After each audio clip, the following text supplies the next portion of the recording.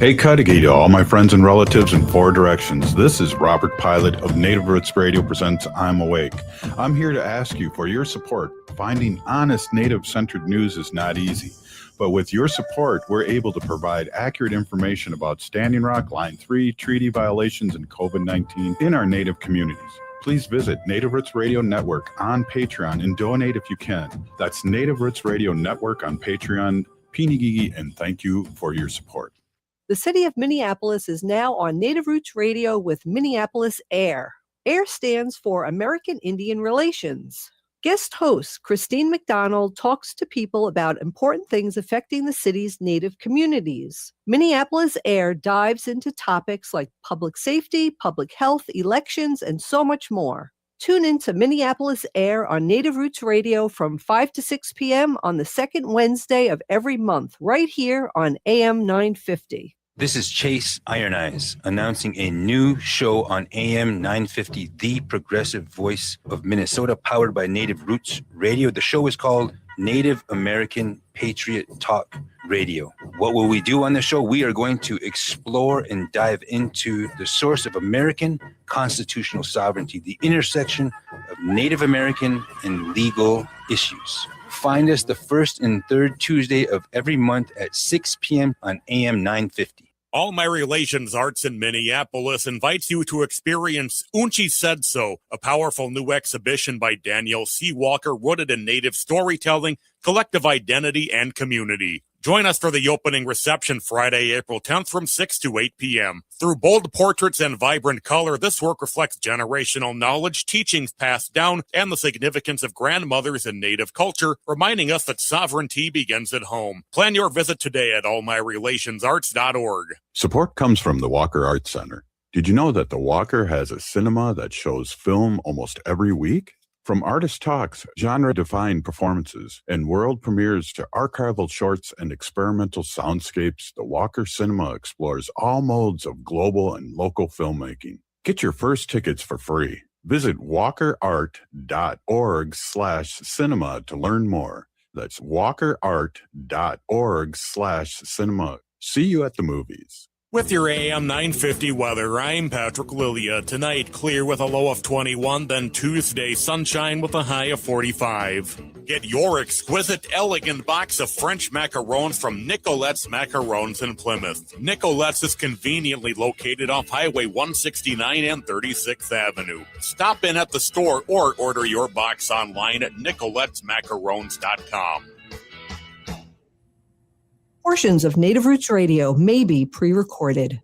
Good day to be indigenous. Get up, stand up. They are going to become more brutal. Because all the hippies were trying to be Indians anyway. They're going to become more repressive because it's a matter of dollars and their illusionary concepts of power. Hey, Victor. We must live in balance with the earth. And also with recent happenings at Wounded Knee. I am awake. Welcome to Native Roots Radio presents I'm Awake, and I'm your host, Wakanja Hade. Hey, Cudahy to all my friends and relatives in four directions. You are listening to Native Roots Radio presents I'm Awake, and I'm your host, Robert Pilot.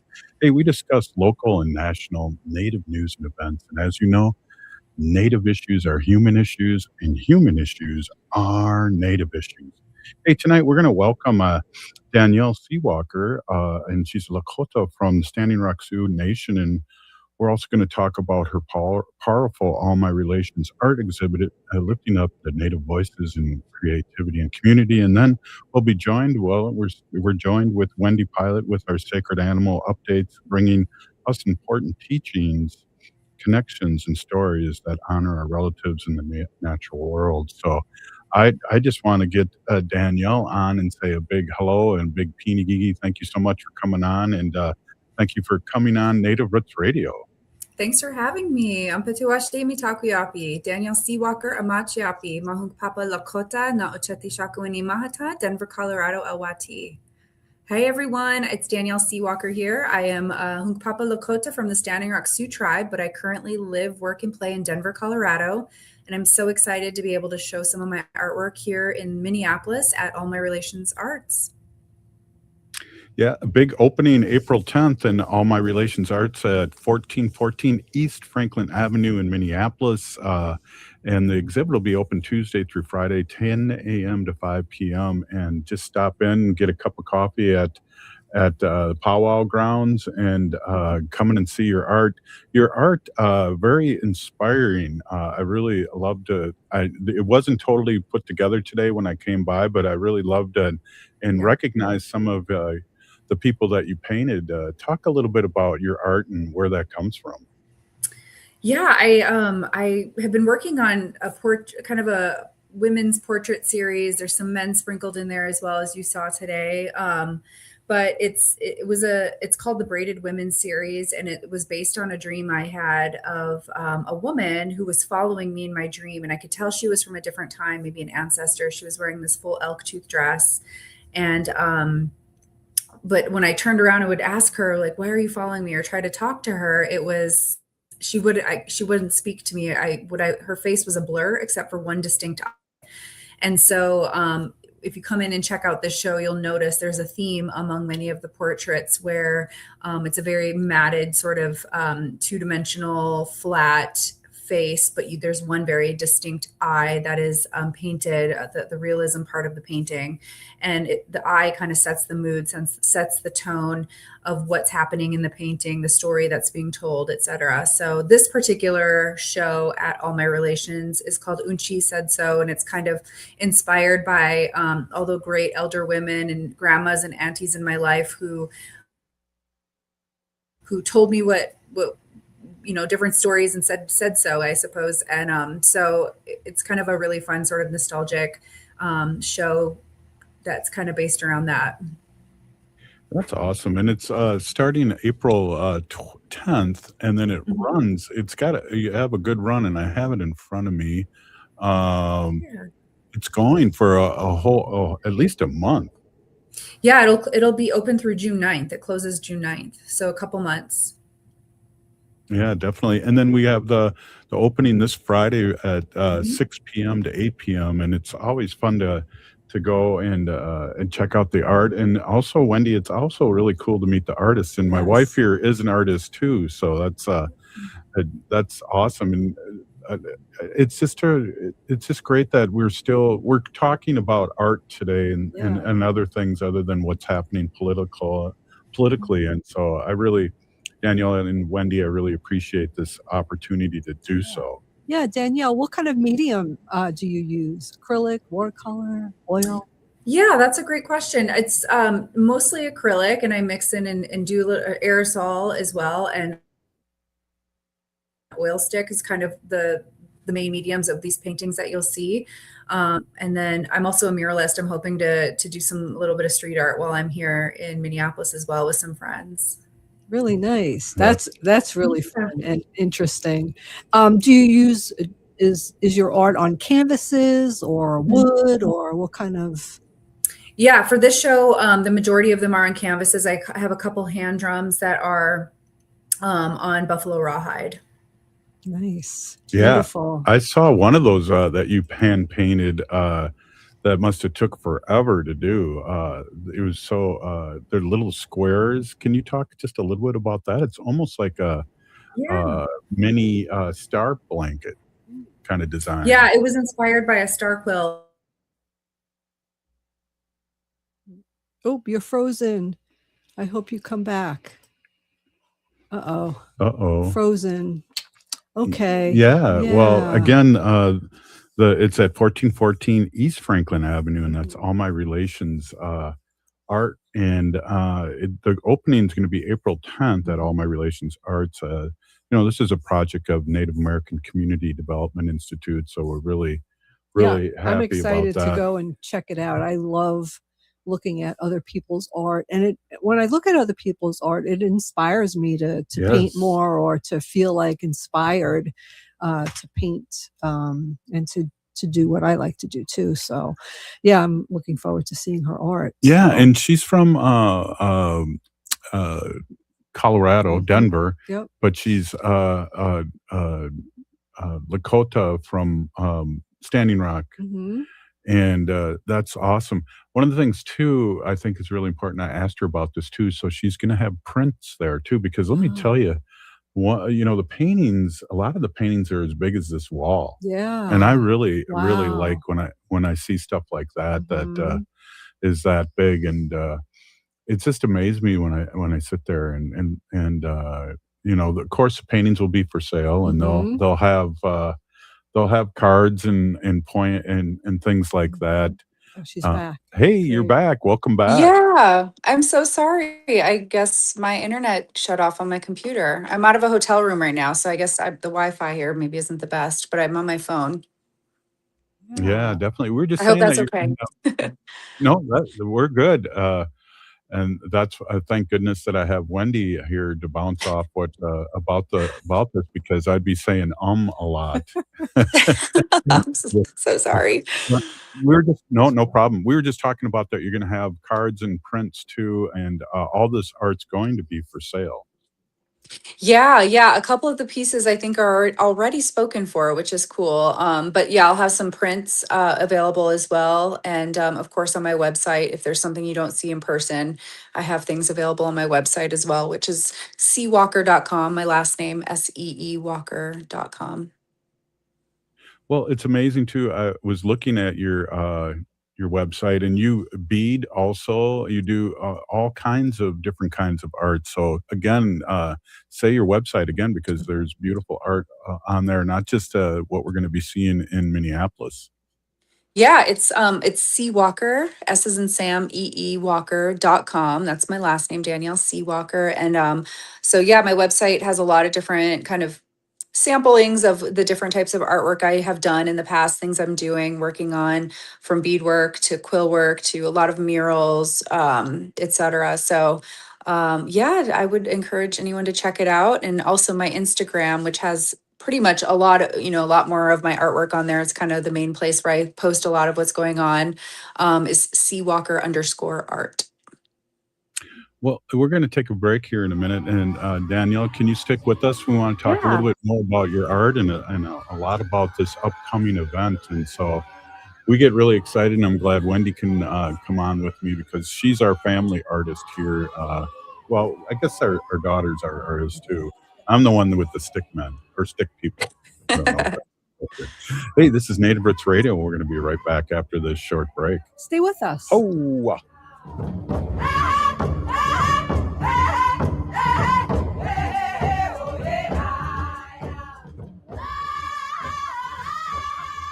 Support comes from the Walker Arts Center. Local artist Rosie Simas, Seneca Nation of Indians, Huron Clan, embodies Onondaga philosophies of peacemaking and relationality in new immersive installation. Visit Agejagwa Desnigowaweni. I hope it'll stir your mind and explore a space built for communal rest and contemplation. Simas presents a performance of the same name this May. Learn more about the exhibition and performance at walkerart.org. Hey, it's Robert Pilot from Native Roots Radio. For a meal that feeds your soul and health, check out Gatherings Cafe. Located in the renovative Minneapolis American Indian Center, Executive Chef Vernon Defoe and team serve up incredible indigenous flavors. Gatherings Cafe has amazing bison tacos featuring lean protein from native wise, corn tortillas, and homemade sides. It's fresh, local food rooted in ancestral knowledge. Stop by for breakfast or lunch. That's Gatherings Cafe, where tradition meets innovation. The city of Minneapolis is now on Native Roots Radio with Minneapolis Air. AIR stands for American Indian Relations. Guest host Christine McDonald talks to people about important things affecting the city's Native communities. Minneapolis Air dives into topics like public safety, public health, elections, and so much more. Tune in to Minneapolis Air on Native Roots Radio from 5 to 6 p.m. on the second Wednesday of every month, right here on AM 950. All My Relations Arts in Minneapolis invites you to experience Unchi Said So, a powerful new exhibition by Danielle SeeWalker rooted in Native storytelling, collective identity, and community. Join us for the opening reception Friday, April 10th from 6 to 8 p.m. Through bold portraits and vibrant color, this work reflects generational knowledge, teachings passed down, and the significance of grandmothers in Native culture, reminding us that sovereignty begins at home. Plan your visit today at allmyrelationsarts.org. I'm Lieutenant Governor Peggy Flanagan, and I want to be your next United States Senator, and you are listening to Native Roots Radio. Welcome back to Native Roots Radio Presents I'm Awake, and this is Robert Pilot.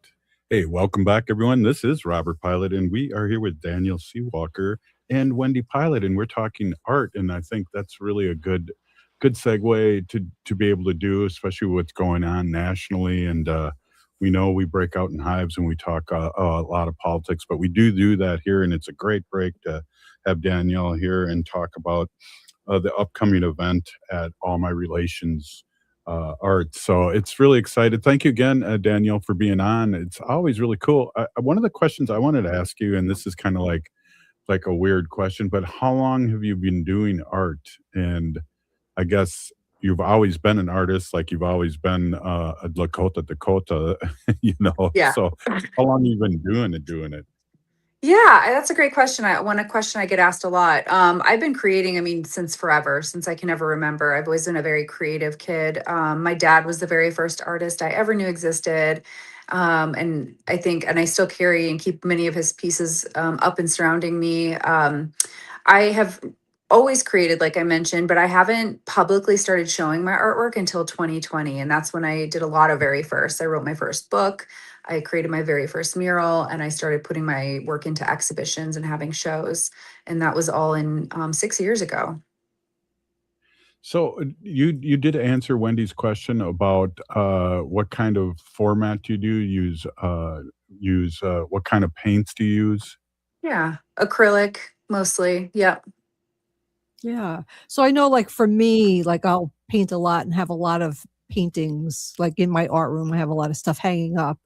Do you have a particular piece that's in your show right now that like resonates with you more than others, or you have a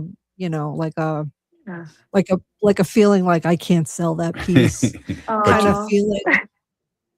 Yeah, I feel like all my pieces are like that. They're sort of an extension of me. I have always created art it's sort of my diary in ways that where I can't express things in words or in any other way. The way I can express how I'm feeling, thinking, an experience I had, a story I was told is always through my artwork. And so I think a lot of my work is very much storytelling. There's one piece that's in the show that it's pretty special to me is it's called Indians Can Be Gingers. We call them Jindians. And it's because, sorry? Oh, I just chuckled. I like the name. Oh, and it's because I have a son who was born a ginger. And I remember when he was born, I remember thinking like, is this my child? Like, what the heck?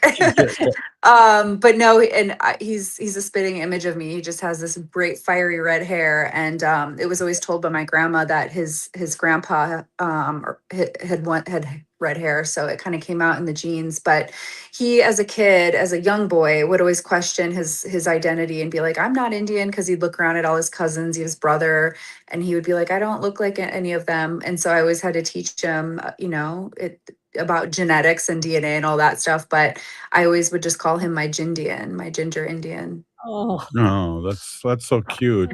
I had blonde hair, like white blonde hair, until I was 7. But we don't talk about that much on the radio. But I did. It's crazy. Yeah. So it's, good conversations to have. And I think it's very relatable to a lot of folks. There's a woman actually interested in acquiring that piece, because she struggled as a girl, as a biracial native as well, and just kind of always struggled with her identity and not being Indian enough, not looking Indian enough, but not being white enough, and this whole identity crisis that I think a lot of natives have, as we are navigating kind of the climate we're in as well. Oh, absolutely. Hey, were you surprised when I recognized a couple of your paintings there? I was.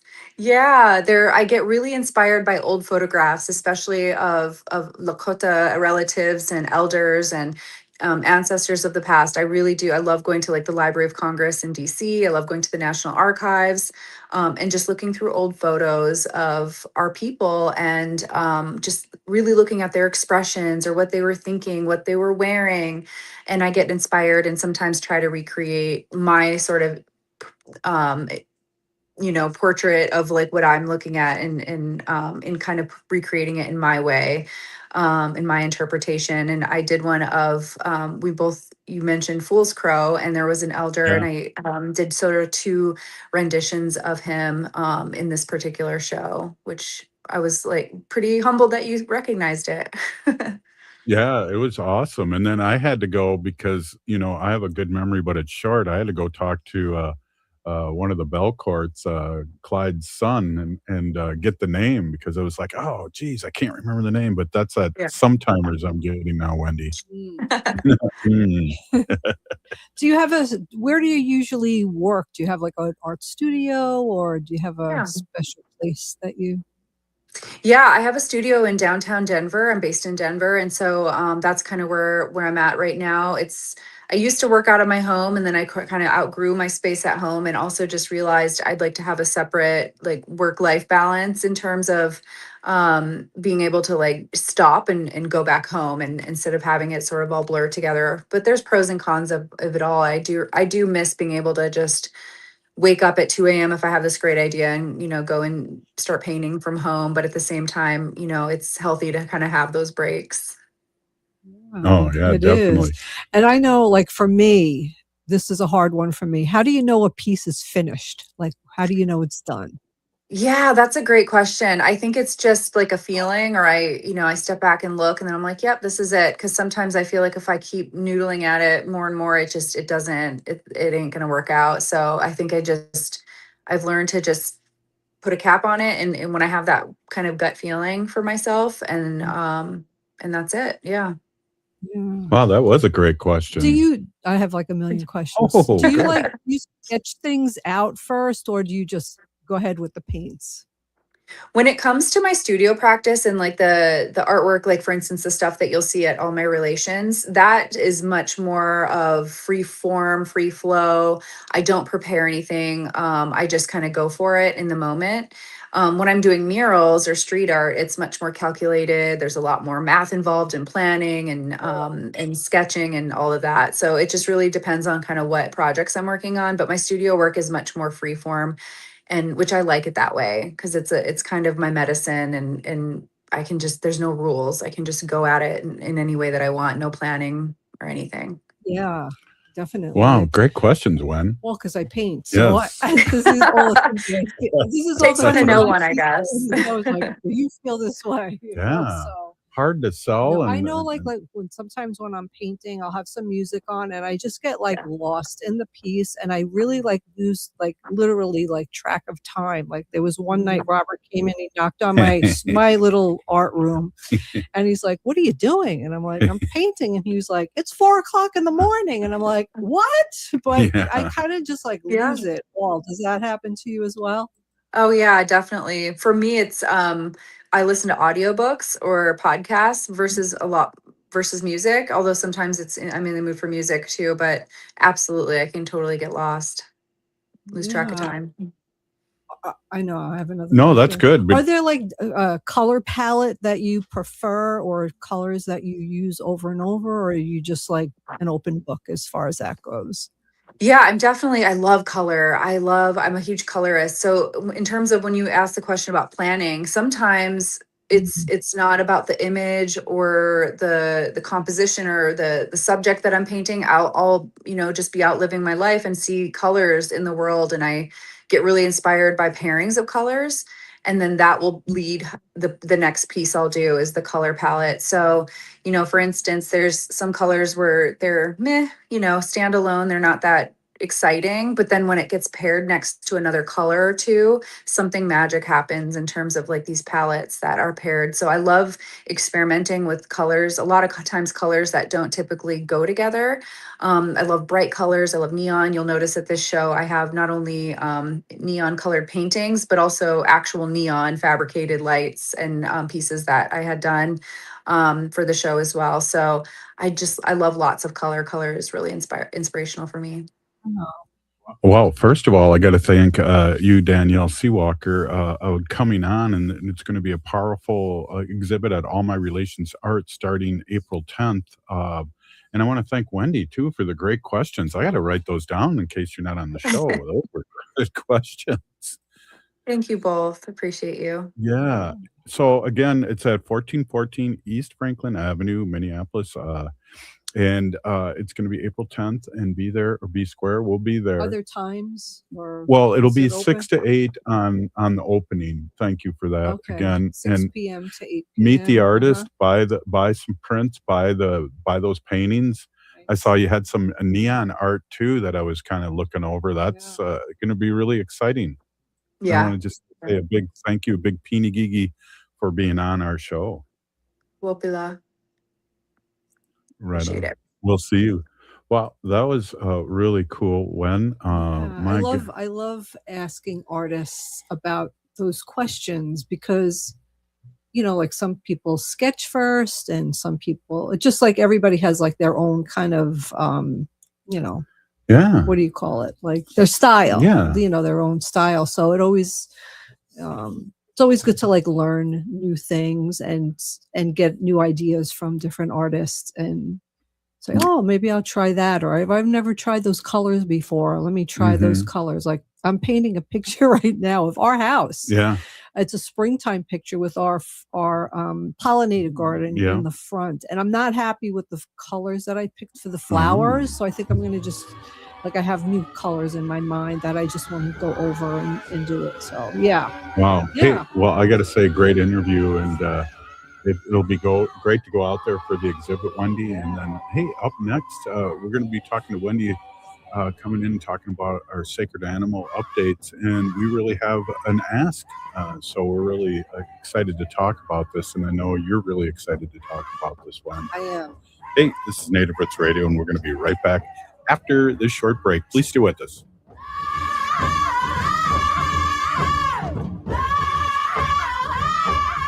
All My Relations Arts in Minneapolis invites you to experience Húŋkpapě Said So, a powerful new exhibition by Danielle SeeWalker rooted in Native storytelling, collective identity, and community. Join us for the opening reception Friday, April 10th from 6 to 8 p.m. Through bold portraits and vibrant color, this work reflects generational knowledge, teachings passed down, and the significance of grandmothers in Native culture, reminding us that sovereignty begins at home. Plan your visit today at allmyrelationsarts.org. Support comes from the Walker Arts Center, an art space that's more than the spoon and cherry. Galleries celebrate contemporary visual art, including indigenous artists like Edgar Heap of Birds from the Cheyenne and Arapaho nations, and Jim Demeny from the Ojibwe Nation.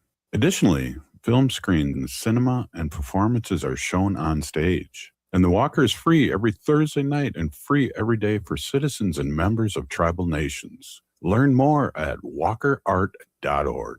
The city of Minneapolis is now on Native Roots Radio with Minneapolis AIR.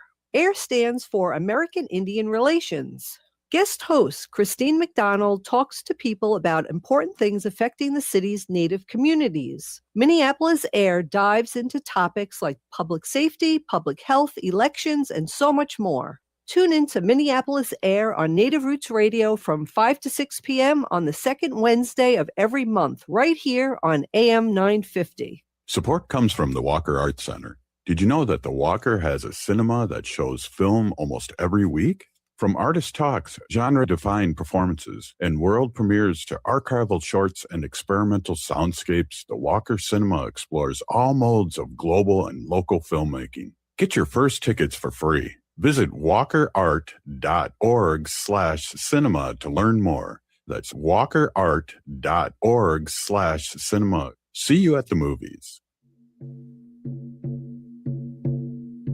When we heal from our traumas, when we face our fears, let go of our addictions, when we relearn our values, when we live our teachings, respecting our elders, cherishing and honoring our children, when we honor and take care of our spirit, there will be no room left for sexual violence.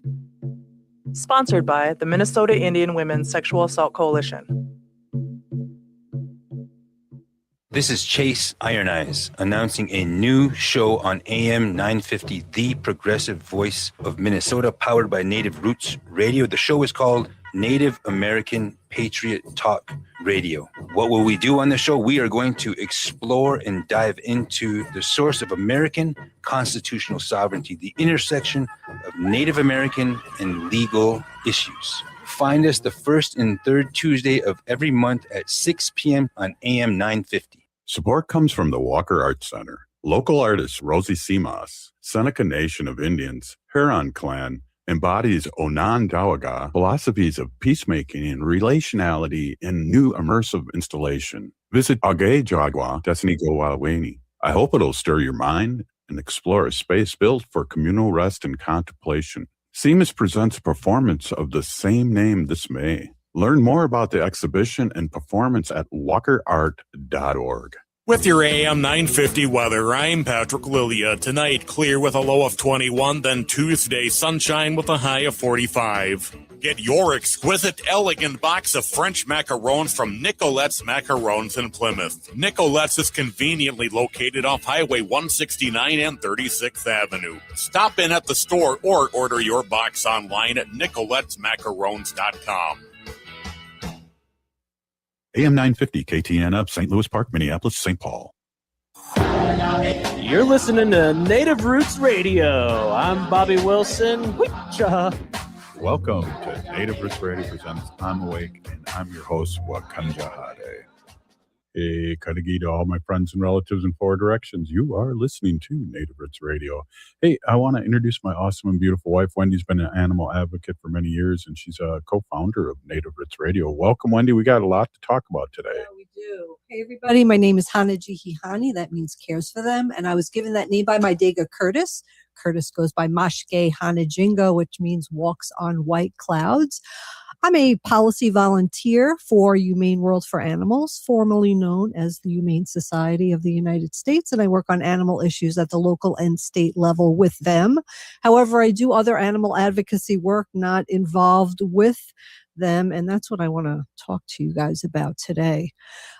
So if a lot of people have already heard about the Rigland Farms, it's R-I-G, I'm sorry, let me start over. Rigland, R-I-D-G-L-A-N Farms. This is in Wisconsin, in Blue Mounds, Wisconsin. And what this place is a breeding and experiment. They do experiments on dogs there. Particularly this place is beagles. So there's beagles there. Last month, I believe it was March 15th, a group of people, I think 100 or so, went there. And what they did was they rescued some dogs. And I believe they got 23 of these dogs out of this particular 23? It says 30 on their website. Oh, okay. Yes, they got 30 out. 8 of them were confiscated from the police. Oh, yeah. Yeah, so 8 of them, they walked out with 30 dogs. The police were there and grabbed 8 of the dogs. So I want to just talk about this place first, Rigland Farm. So they've been there for many years, I think like 60 years, which sounds just so incredible. But so these dogs have been in this facility for that long, and they're bred over and over again. They're sold to other labs throughout the United States, and I'm not sure if they go overseas or not. I don't know. These dogs are also experimented on. So recently, well, I guess over some time now, this place, Rigland Farms, has acquired over 308 violations, and most of those violations are for animal cruelty. The veterinarian who worked for them has had his license suspended because of animal cruelty charges. And there is testimony from many of the Rigland Farms former employees who report that the dogs are kept in horrific conditions. They're kept in cages 4 by 2 feet. The cages are up off the floor, and the flooring of the cage is a gate. So the dogs that's what they're standing on. They're standing on the cage part of the cage. Their feces and urine fall through the gates and onto the floor. And these dogs are kept in this indoor facility 24/7, 365 days a year. They never see the outside. And these dogs, we have seen video of these dogs, spinning in circles, pacing back and forth. It's really horrific. Robert has the website up. Where did you find that? I know there is one. It's called SaveTheDogs, all one word, .io. And you could try that. That'll give you a lot of information that's about what I'm on what's right now. that's what you're on right now. So SaveTheDogs.io, and you could see what's going on. So there's still 2,000 dogs left in this facility. And on April 19th, we're going back there, and we are going to try to get every single solitary dog out of this facility, and every single dog given a chance to live in a home, to lay on a soft bed, to be spoken to kindly, and to live a life that that our companion animals deserve. They don't deserve to be in this horrific place, locked up day in and day out, where the lights are just kept dim enough for the electric not to be too high, and the heat and the air conditioning just so they're not boiling or freezing. So yeah. So on April 17th, I'm leaving here to drive to Wisconsin because we're going to be trained, right? We're going to be trained. We're going to be given, we want to make sure we're going to be trained on how to do this peacefully, have empathy, compassion, and not to have violence at all. And we want to spread the word. And if you want to join us, we're still looking for people to join us. Mm-hmm. I'll tell you about some of the teams that are available in the next segment. Yeah. And I'll talk more about why I decided to do this, why it's important to me. And I'm going to ask you for an ask. Yeah. So, I'm going to put that out right now. How much time do we have We left? got plenty of time. Oh, We got okay. 6 minutes. Oh, okay, great. So I know I normally never ever ask for anything seriously, or any money or any help with anything. But and Robert and I are always the ones that give and help people out. But this time, this is a lot. So it's like lodging, food, gas, supplies for the dogs. We have to get potty pads, and we have to get slip leads, and just a bunch of stuff that we're going to need for this rescue. And I'm asking for contributions to help with that. So I do have a Venmo, and if anybody feels the the need to, or feels they want to contribute, I mean, any amount is really what you want, whatever you can afford or whatever you want to do. My Venmo is at Wendy-Pilot. There's a picture of me and Wanda, little me and Wanda on my Venmo. So you'll know, me with the gray hair and tulips around us, and I'm holding Wanda.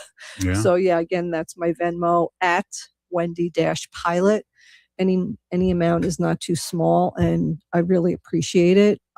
We are right now, what did the website say, Robert? We have over 1,700 people coming to this rescue.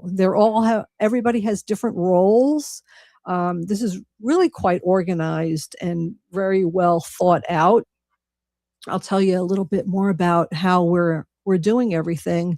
And a lot of people will say, like, why are you putting this out to the world? Wouldn't you want to go in there and, nobody knows, and you could sneak in and do this? And that was my first thought. Wayne, he's the brains behind the whole thing here, and he thinks of it as a different way. He thinks that open rescue, and this is what this is called. It's called an open rescue. That means that it's it's open. Everybody knows about it. Governor Evers knows about it in Wisconsin, which I didn't have a chance to write him a note today. I'm going to email him. And the city council members in Wisconsin know about this. Who else knows? Oh, the sheriff. The sheriff knows about this. They know that we're coming in on April 19th. They know we have a plan to get the rest of the dogs out. And we want them to know, like, we want the publicity. This has been on the Fox 6 News Milwaukee and other news stations in Wisconsin, throughout Wisconsin. And I mean, anybody who has a companion animal, I think, can sit there and look at this companion animal and say, you know, I would not want my dog in this type of facility and to be, you know, really tortured their whole life. Yeah. You know, one of the things, Wendy, I want to ask you too, and I noticed too that WPR in Wisconsin, you know, that's our NPR, and People Magazine, New York Post, Page 6, all these people are covering this and have covered this.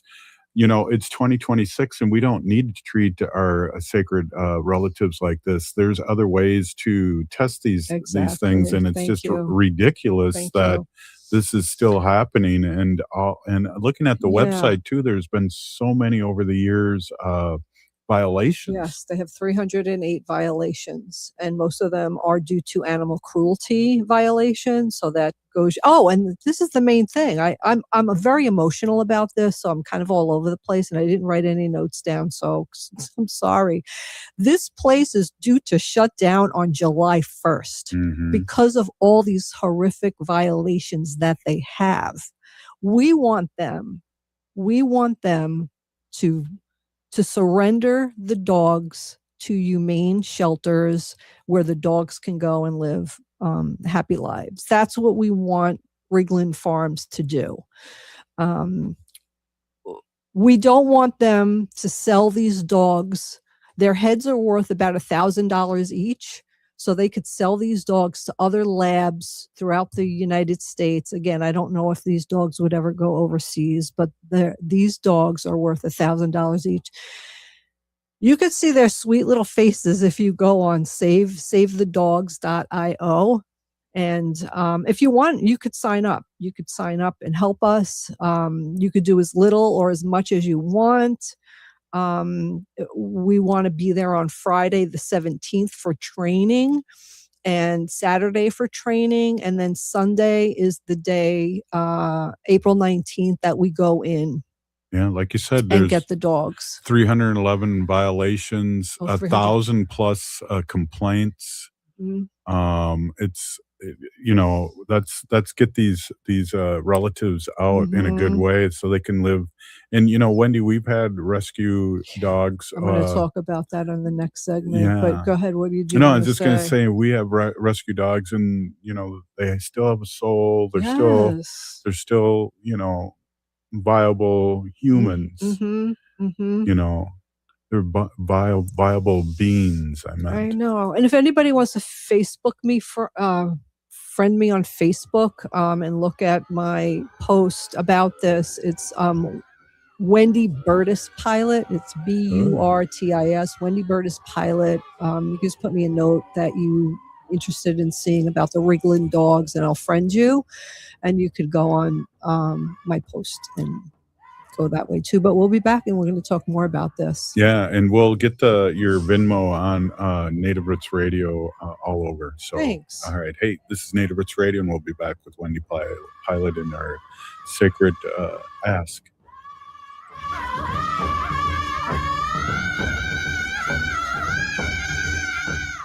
The city of Minneapolis is now on Native Roots Radio with Minneapolis AIR. AIR stands for American Indian Relations. Guest host Christine McDonald talks to people about important things affecting the city's Native communities. Minneapolis AIR dives into topics like public safety, public health, elections, and so much more. Tune in to Minneapolis AIR on Native Roots Radio from 5 to 6 p.m. on the second Wednesday of every month, right here on AM 950. Hey, it's Robert Pilot from Native Roots Radio. For a meal that feeds your soul and health, check out Gatherings Cafe. Located in the renovated Minneapolis American Indian Center, Executive Chef Vernon Defoe and team serve up incredible indigenous flavors. Gatherings Cafe has amazing bison tacos featuring lean protein from native wise, corn tortillas, and homemade sides. It's fresh, local food rooted in ancestral knowledge. Stop by for breakfast or lunch. That's Gatherings Cafe, where tradition meets innovation. Support comes from the Walker Arts Center, an art space that's more than the spoon and cherry. Galleries celebrate contemporary visual art, including indigenous artists like Edgar Heap of birds from the Cheyenne and Arapaho nations, and Jim Demeny from the Ojibwe Nation. Additionally, film screens, cinema, and performances are shown on stage. And the Walker is free every Thursday night and free every day for citizens and members of tribal nations. Learn more at walkerart.org. This is Chase Iron Eyes announcing a new show on AM 950, the progressive voice of Minnesota, powered by Native Roots Radio. The show is called Native American Patriot Talk Radio. What will we do on the show? We are going to explore and dive into the source of American constitutional sovereignty, the intersection of Native American and legal issues. Find us the first and third Tuesday of every month at 6 p.m. on AM 950. Hi, it's Dr. Evan Adams, and you're listening to Native Roots Radio. Hey, Victor, you better be listening. In this portion of the show, we'd like to bring awareness to our wolf and bear populations throughout Turtle Island. Say no to the hunts.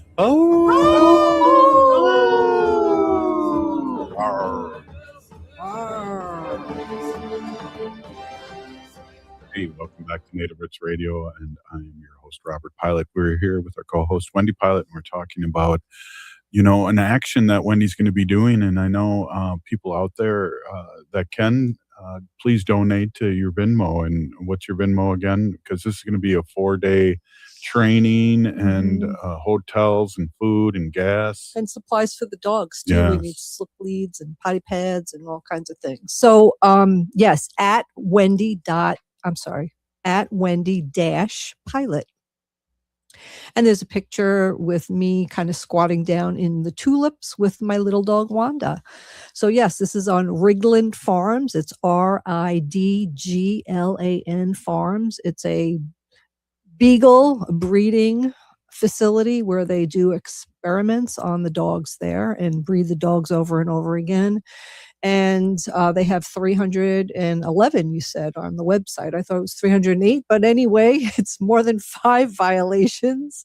Most of them are for animal cruelty charges, and there's 2,000 dogs still left in the facility who are living in horrific circumstances, and we're going in to get the rest of the dogs out. Now, if you go to savethedogs.io, you could register to help us.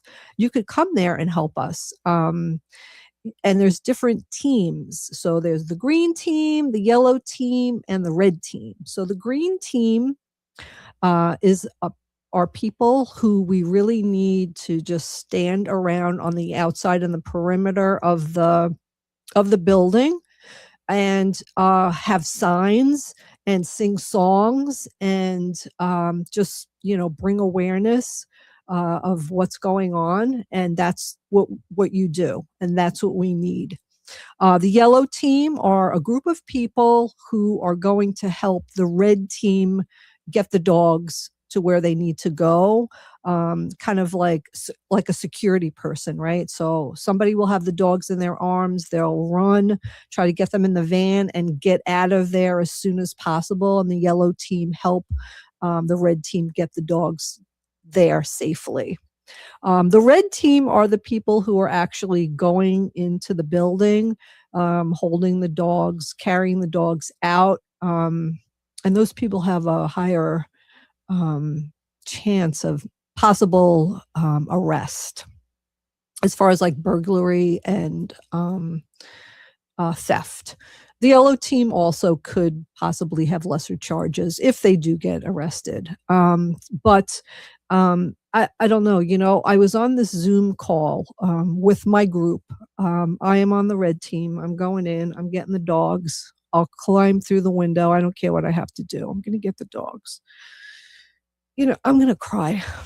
But anyway, so I was on the Zoom call and with my team, and there's 13 of us. So we have all small teams, which is really good. So we get to really know the people on your team and you work together and we're all going to get trained together.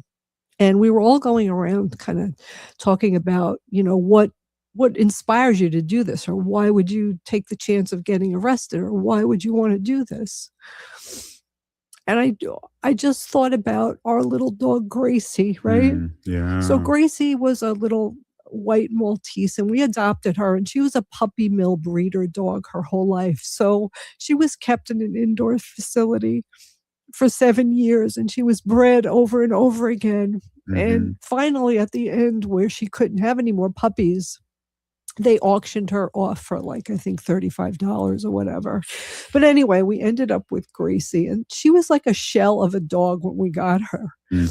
And she never walked on grass. She never saw the sky. She was the only dog who would sit outside and look at the sky, because she was kept in an indoor facility her life. And she walked over leaves. I know. She walked through puddles.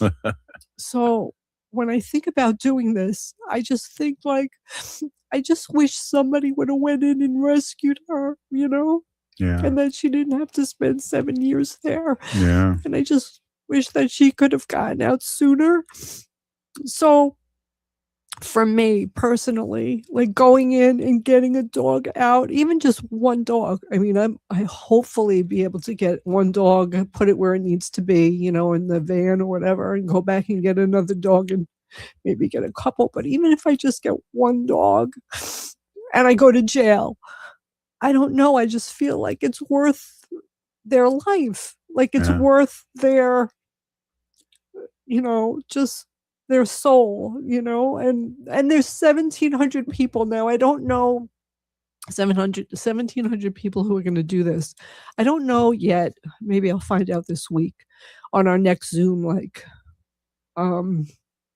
how many are on each team. So I don't know really how many are on the green team, yellow team, and red team. And I guess it really doesn't matter. I just hope we have enough people on the red team to get as many dogs out as possible. Because that is our goal. Yeah.